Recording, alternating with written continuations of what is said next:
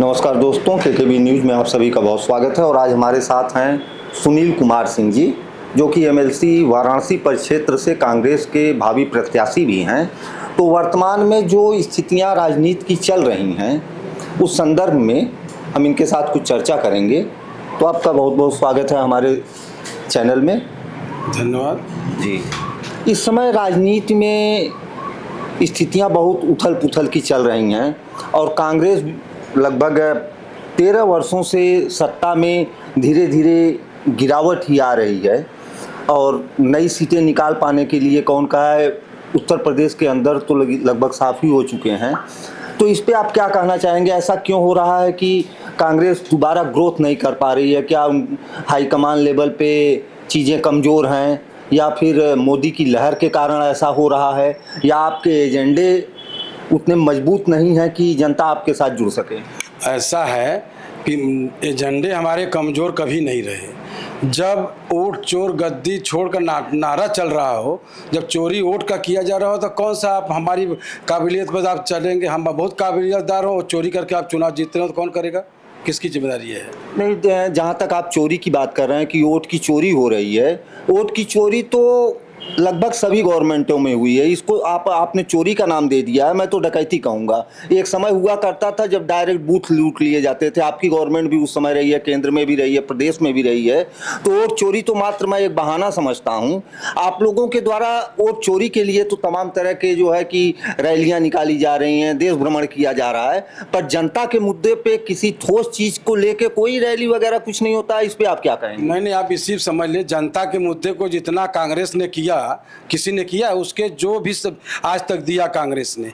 आपको चाहे पढ़ने लिखने का अधिकार दिया हो, चाहे भोजन का अधिकार दिया हो, तो कांग्रेस ने ही दिया ना।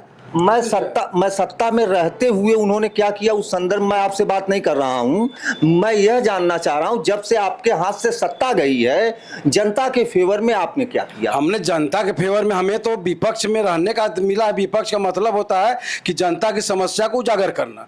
उसी चीज को तो मैं कर रहा हूं आज की डेट में, कि हम सत्ता में आ रहे हैं। अगर हम सत्ता में आ रहे हैं तो आप वोट बढ़ाकर चोरी करके बढ़ा जा रहे हैं। तो आज का वर्तमान समय में हमने क्या किया, पीछे का इतिहास लेके तो भाजपा जी रही है।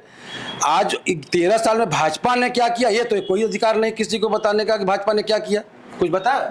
भाजपा जो कर रही है वो अपने काम को बताती है, ठीक है, और उसे क्या काम करना चाहिए जनता के लिए। वोट चोरी का जो मुद्दा होता है, वोट से राजनेता चुने जाते हैं, वोट से जनता का भला नहीं होता। आज यह वोट चोरी बंद हो जाएगी, कांग्रेस गवर्नमेंट में आ जाएगी। वोट चोरी शुरू रहेगी इनके अनुसार, कांग्रेस के अनुसार वोट चोरी शुरू रहेगी, भाजपा सत्ता में बनी रहेगी।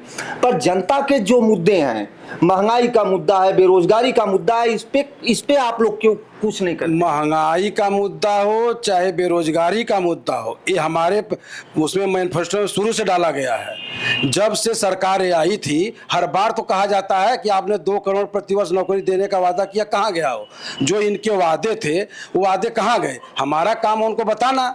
तो जब उस वादे को न सोच करके उस धर्म पर ले जाके हिंदू मुसलमान में लड़ाने लगेंगे तो कहाँ तक जनता उसी जब हिंदू मुसलमान में चलेगी तो मूल मुद्दे को जनता खुद स्वयं भूल जाती है। नहीं तो हमारा शुरू से लेके कर रहा हूँ मैं इसी बात को, कि हमारा जो आपका महंगाई का मुद्दा है, बेरोजगारी का मुद्दा है, आप इतना बढ़ रहा है, इसके लिए सरकारी जो आप महंगाई में इतना पेट्रोल इतना सस्ता डीजल पा रहे हैं, उसके बाद खाली जनता को कोई लाभ नहीं मिल रहा है, सिर्फ 2 कंपनियों को फायदा हो रहा है जो वहाँ से ले रही है। जनता को इससे क्या मुद्दा लाभ मिला? वर्तमान में एमएलसी चुनाव आप लड़ने जा रहे हैं, आपका मुख्य मुद्दा क्या है? क्या मुद्दे हैं लोगों के लिए, शिक्षकों के लिए, विद्यार्थियों के लिए? क्योंकि आप एमएलसी का चुनाव लड़ रहे हैं, तो उनको आप किस तरह से देख रहे हैं और क्या करना चाहेंगे उनके लिए भविष्य में? हमारा मुख्य मुद्दा इस चुनाव में है एमएलसी के लिए कि जो शिक्षक हैं एडेड विद्यालय के, उनको सरकारी जो सैलरी मिलती है, गवर्नमेंट सेक्टर के जो कर्मचारी हैं उनके बराबर, जो राजकीय इंटर कॉलेज के कर्मचारी हैं उनके बराबर उनको सैलरी दी जाए, और जो सुविधा उनको दी जाती है वही सुविधा इनको भी दी जाए। उनको मेडिकल सुविधा दी जाती है तो इनको भी मेडिकल सुविधा दी जाए। काम वही करते हैं, जितना पढ़ के वो पढ़ाते हैं इंटर कॉलेज में, उतना पढ़ाई पढ़ के यहाँ भी पढ़ाते हैं। उसमें दोनों में कोई अंतर नहीं उनके शिक्षा में। वो भी आयोग से आते हैं, वो भी आयोग से आते हैं।